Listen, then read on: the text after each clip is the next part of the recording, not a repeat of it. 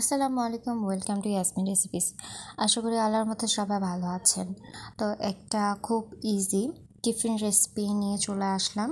এখানে আমি পানি গরম করতে দিয়েছি। পানি গরম হয়ে গেলে এখানে কুলসুম সেমাই 1 প্যাকেট দিয়েছি, সেটা আমি সিদ্ধ করে নেব কিছুক্ষণ।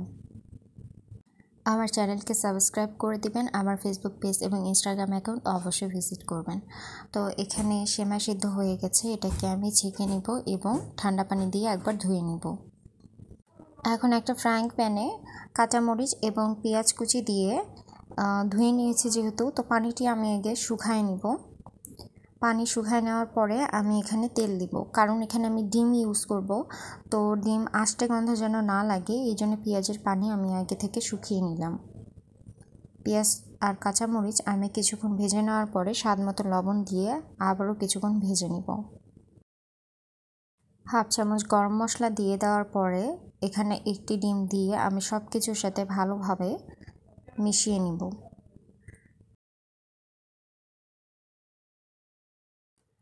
এক চামচের মতো আমি গোলমরিচের গুঁড়ো দিয়ে আবারও ডিমটির সাথে ভালোভাবে মিশিয়ে নিব। 1 চামচ চিনি দিয়েছি।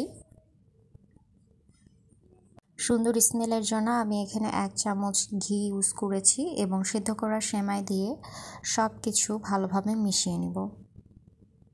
বাচ্চাদের টিফিন এবং বিকেলের নাস্তা হিসেবে আপনারা খেতে পারেন। তো সবাই বানাবেন, আর কেমন হয়েছে অবশ্যই জানাবেন। সবাই ভালো থাকবেন, সুস্থ থাকবেন। আল্লাহ হাফেজ।